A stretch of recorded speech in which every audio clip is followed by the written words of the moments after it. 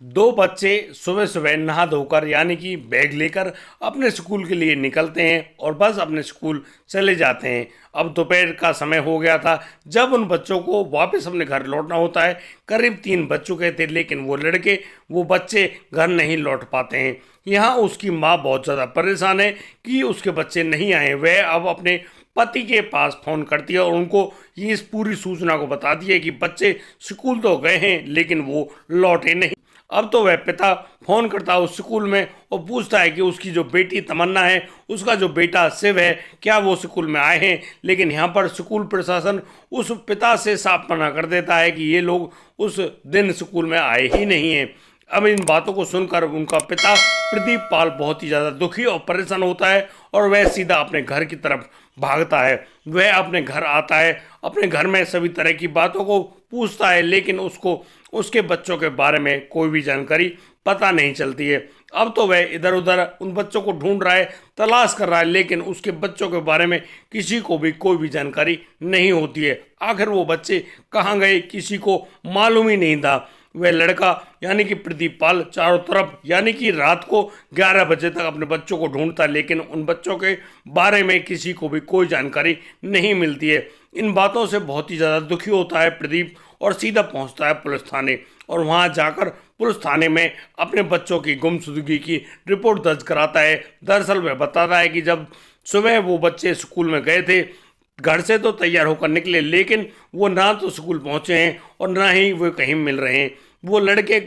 वो बच्चे कहाँ पर गए हैं वह बहुत ही ज़्यादा दुखी और परेशान प्रदीप यहाँ पर अपने आंसुओं को पहुँच रहा है और अपनी पत्नी को चुप होने की बात कर रहा है। लेकिन यहाँ प्रदीप और प्रदीप की पत्नी का रो रो कर बहुत ही बुरा हाल है। दरअसल उनके यही बच्चे हैं और इन बच्चों के बिना उनके जीवन पर क्या बीतेगी, कुछ इस प्रकार की बातों को वो लोग सोच रहे हैं और बहुत ही ज़्यादा दुखी हो रहे हैं। लेकिन पुलिस अब यहाँ पर एक सर्चिंग चलाती है, पुलिस के जो लोग हैं उनको भेजा जाता है लेकिन यहाँ पुलिस को कोई भी जानकारी नहीं मिलती है।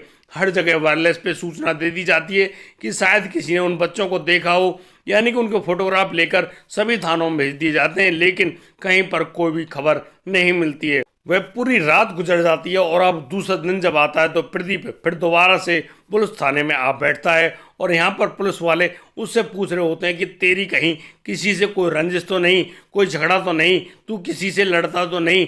यहाँ पर प्रदीप उससे साफ मना करता है कि उसका किसी के साथ कोई झगड़ा है ही नहीं, वह किसी से कोई बातचीत नहीं करता है। लेकिन वह एक बात बताता है कि वहाँ उनकी एक दोस्ती थी, वह दोस्ती थी एक मुकुंद थानावी नाम के एक आदमी से। वह आदमी जो कि करीब 62 साल का है व्यक्ति है, उस आदमी से उसकी दोस्ती थी और करीब 6 महीने पहले उन लोगों ने जब चूड़ी बनाने का कारोबार शुरू किया था तो यहाँ पर उनको जब वह कारोबार रास नहीं आया तो उस लड़के प्रदीप ने उस मुकुंद का साथ छोड़ दिया था और बस इसी वजह से वह मुकुंद उससे नाराज होने लगा था। बस इस बात को सुनकर अब पुलिस उस प्रदीप से उस मुकुंद के फ़ोन नंबर को लेती है और बस उसकी सीडीआर रिपोर्ट निकालती है लेकिन पुलिस को उस सीडीआर रिपोर्ट में कोई भी जानकारी नहीं मिलती है। अब उन नंबर्स पर जब फ़ोन किया जाता है तो वह मुकुंद उस फ़ोन को उठाता है लेकिन वह अपनी जो लोकेशन है वह नाथ द्वारा बताता है और फिर तो पुलिस उस आदमी यानी कि मुकुंद थानावी को गिरफ्तार करने के लिए नाथ द्वारा चली जाती है और नाथ द्वारा से उस मुकुंद को जब गिरफ्तार किया जाता है जो कि एक बुजुर्ग अवस्था में था, उससे जब पूछताछ की जाती है तो सभी के पैर कांप जाते हैं। सभी लोग हैरान और दुखी हो जाते हैं कि एक 62 साल का व्यक्ति इतना घिनौना कार्य कैसे कर सकता है। दोस्तों, आप पूरी कहानी को जानकर वाकई में हैरान रह जाने वाले हैं। आपसे विनती है इस वीडियो को अंत तक जरूर देखें। नमस्कार, आदाब, सत श्री अकाल दोस्तों, स्वागत है आपका हमारे यूट्यूब चैनल किस्से क्राइम के। और दोस्तों, आपसे वही प्यार भरी गुजारिश, आगे बढ़ने से पहले हमारे चैनल को सब्सक्राइब करना, नोटिफिकेशन की बेल को दबाना बिल्कुल ना भूलें। दोस्तों, आज का बेहद ही हैरान कर देने वाला मामला सामने आया है जोधपुर राजस्थान से। दरअसल जोधपुर राजस्थान में करीब 25 साल पहले वह प्रदीप पाल अपनी पत्नी के साथ वाराणसी से यहाँ पर रहने आया था। यहाँ पर वह काम धंधा ढूंढ रहा होता और बस उसका एक काम लग जाता है चूड़ी बनाने के कारखाने में और यहाँ पर वह चूड़ी बनाया करता है। यहाँ पर उनका एक साथी होता है जिसका नाम मुकुंद थानावी होता है जो कि उससे उम्र में करीब 20 साल बड़े हैं और यहाँ पर वो मुकुंद है जिनसे सभी लोग वहाँ पर दाता कहते हैं। वह बहुत ही अच्छा व्यक्ति है और बस उसी के सहारे अब प्रदीप पाल की जीवन चल रहा होता है और प्रदीप पाल दिन रोज अपनी जीवन में तरक्की करने लगता है। अब तो जो प्रदीप पाल है वह वहाँ उस जगह जोधपुर की उस कॉलोनी में एक मकान भी ले लेता है और बस वहाँ पर अपने परिवार अपने बच्चों के साथ रहा करता है। उसकी बड़ी बेटी जिसका नाम तमन्ना है, उम्र करीब 12 साल है। उसका छोटा बेटा जिसका नाम शिवपाल है, जिसकी उम्र करीब 8 साल होती है। उनके साथ वह अपनी पत्नी के साथ बड़े ही प्यार से रहा करता है और अपना जीवन गुजर बसर कर रहा होता है। वह जो व्यक्ति मुकुंद है अक्सर प्रदीप के साथ आया जाया करता है और अब तो वह मुकुंद उस प्रदीप के घर भी आया करता है और यहाँ पर वो छोटे छोटे बच्चे उस मुकुंद को दादाजी कहा करते हैं। लेकिन जो प्रदीप पाल है, प्रदीप पाल के घर में मुकुंद को एक दादा होने की पूरी भूमिका निभानी पड़ती, क्योंकि ये प्रदीप पाल के लिए एक पिता के रूप में वहाँ मौजूद थे और बस वो जो मुकुंद है वो बहुत सारा प्यार उन पर लुटाया करते थे।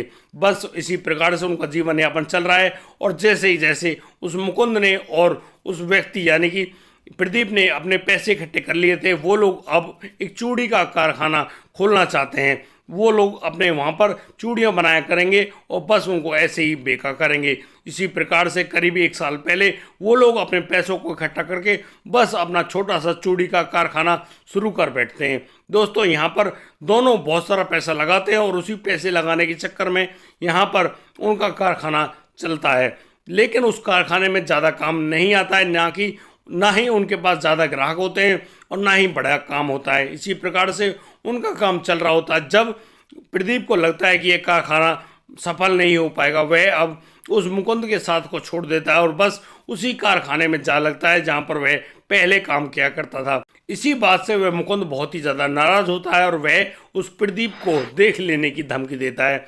दरअसल जब पुलिस उस मुकुंद को गिरफ्तार करके लाई थी उस समय ये सब बातें सामने आई तो पुलिस बहुत ही ज़्यादा हैरान और दुखी तो होती है, लेकिन वह उस मुकुंद से पूछ रही होती है कि उन दोनों बच्चों का क्या किया तुमने। तो यहाँ पर मुकुंद कहते हैं कि उसने उन दोनों बच्चों को जान से मार दिया।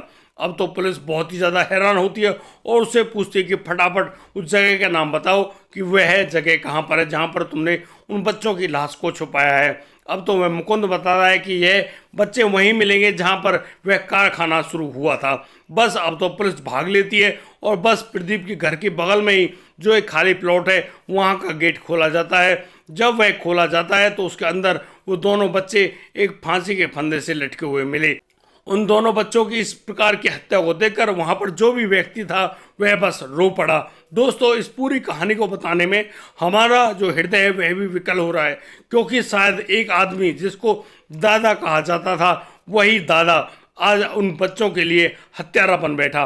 और दोस्तों अब तो फिर यहाँ पर बहुत सारी बातें पुलिस के सामने आती है। वहाँ पर एक नोट भी बरामद होता है, वह नोट जो कि पहले वह जो मुकुंद है वो लिख कर गया था और यहाँ पर वह लिखता है कि किस प्रकार से उसने प्रदीप को अपने बेटे की तरह पाला, लेकिन प्रदीप ने चंद पैसों की खातिर उसका साथ छोड़ दिया और उसके करीब 60,000 रुपयों को भी खा गया। लेकिन अब तो वह जो प्रदीप है उसके साथ छोड़कर उसी कारखाने में काम करने लगा जिस कारखाने में वह पहले काम किया करता था। इस बात से बहुत ही ज़्यादा दुखी था वह मुकुंद, और मुकुंद लगातार प्रदीप से उन पैसों को मांगा करता, लेकिन वह प्रदीप तरह तरह की बात बनाकर उससे आनाकानी किया करता। दोस्तों इन सारी बातों को बता रहा होता है ये मुकुंद, और मुकुंद जो कि थाने में बैठा हुआ है। अब मुकुंद के साथ 3rd डिग्री इस्तेमाल करने लगी थी पुलिस, और अब पुलिस के सामने वाकई में हैरान करने वाले जो मामले हैं वो सामने आने लगते हैं। दरअसल यहाँ पर मुकुंद थाना भी बताता है कि वह जब उस प्रदीप से बदला लेने के बारे में बहुत सारी योजना बनाता है, उन्हीं में से एक योजना होती है कि वह सुबह सुबह उन बच्चों को छोड़ने के बहाने अपने साथ बुला लेगा और बस उनको उस कारखाने में लेकर जाएगा। दोस्तों यहाँ पर मुकुंद बताते हैं कि उन बच्चों को जैसे वो थाने उस कारखाने में लेकर गया, उस कारखाने में ले जाकर उन बच्चों को उसने मारना पीटना शुरू कर दिया। वो बच्चे ज़्यादा जोर से ना चिल्लाते, इसी वजह से उसने उस रॉड का इस्तेमाल उस लड़के शिव के सिर पर कर दिया।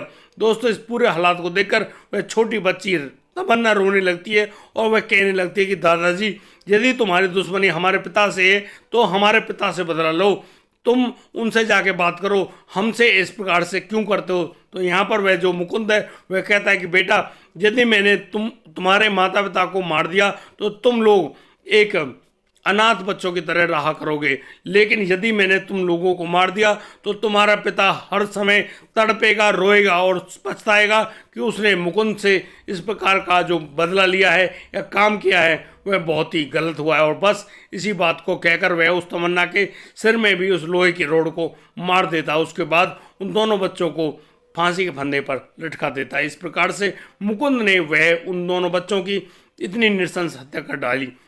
लेकिन दोस्तों अब तो उस मुकुंद से और ज़्यादा पूछताछ कर रही है पुलिस। तो यहाँ पर एक और हैरान कर देने वाला मामला सामने आता है। दरअसल यह मुकुंद थाना भी उसका सच्चा नाम नहीं है, यानी कि उसका जो पहला जो नाम है वह था श्याम सिंह भाटी। मुकुंद यहाँ पर एक ऐसा सच सबके सामने लाना चाहता है। वह बता रहा है कि वह रहने वाला नाथ द्वारा का था और यहाँ पर जब उसने एक लड़की के साथ शादी कर ली थी तो उस लड़की से शादी करने पर पूरे समाज ने उसका बहिष्कार कर दिया था और तो और उनसे वह लड़की भी छीन ली थी। अब तो वह जो आदमी है यानी कि श्याम सिंह भाटी है बहुत ही ज़्यादा दुखी और परेशान था और बस वह इसी तरह से परेशान होता हुआ सीधा आ पहुंचता है जोधपुर और जोधपुर उस चूड़ी बनाने के एक कारखाने में नाम बदलकर रहने लगता है। वह यहाँ पर अपना नया नाम मुकुंद थानावी रखता है और अपनी सभी कागजातों को मुकुंद थानावी के नाम से बनवाता है, यानी कि सभी फर्जी डॉक्यूमेंट बनवाता है और बस वहाँ पर मुकुंद के नाम से रह रहा होता है। दोस्तों यहाँ पर पुलिस ने भी कुछ इस प्रकार के बयान दिए कि वह जो आदमी है वह बहुत ही शातिर किस्म का आदमी है। उसकी उम्र भले ही 62 साल की हो गई हो, लेकिन वह आज भी इतना ही शातिर है जितना कि कभी वह हुआ करता था। जिस प्रकार से उस मुकुंद ने उन बच्चों की इस प्रकार से जान ली वह वाकई में हृदय विदारक है। और दोस्तों इस पूरी घटना को बताने में खुद हमारे भी पसीने छूट गए, आत्मा विकल है और बस आंखों से आंसू ही नहीं आ रहे, लेकिन हृदय रो रहा है। दोस्तों इस पूरे घटनाक्रम को सुनाने का उद्देश्य किसी को परेशान करना नहीं है, किसी को दुखी करना नहीं है। दोस्तों हम लोग बताना चाहते हैं किसी भी व्यक्ति के साथ कोई भी गलत काम गलत भावना से ना करें, अन्यथा आपको उसका परिणाम ना जाने किस रूप में भुगतना पड़ जाए। दोस्तों किसी काम को करें उसको भगवान को समर्पित करें और बस ये सोचें कि हर इंसान में भगवान का स्वरूप है। दोस्तों ये सब तभी आता है आपके दिमाग में जब आपका विवेक जागृत होता है और जब आप लोग सत्संग करते हैं। दोस्तों आप लोग बढ़िया रहें, लेकिन दोस्तों उम्मीद करें कि आप कभी भी किसी का दिल ना दुखाएं। यदि आपने किसी का दिल दुखाया तो उसका परिणाम आपको बहुत ही खतरनाक रूप में सामना करना पड़ सकता है। और दोस्तों यदि आपको हमारी ये कहानी अच्छी लगी हो तो आप लोग हमें लाइक करें, कमेंट करें, शेयर करें और हाँ बड़ा प्यारा सा सब्सक्राइब करना बिल्कुल ना भूलें। दोस्तों आज के लिए सिर्फ इतना ही। अब दीजिए मुझे इजाज़त, मिलता हूँ कल, लाता हूँ एक और नया संस्कृत मामला। तब तक के लिए आप बढ़िया रहें, बेहतरीन रहें, अपना और अपने परिवार का बखूबी ख्याल रखते रहें। जय हिंद, जय भारत।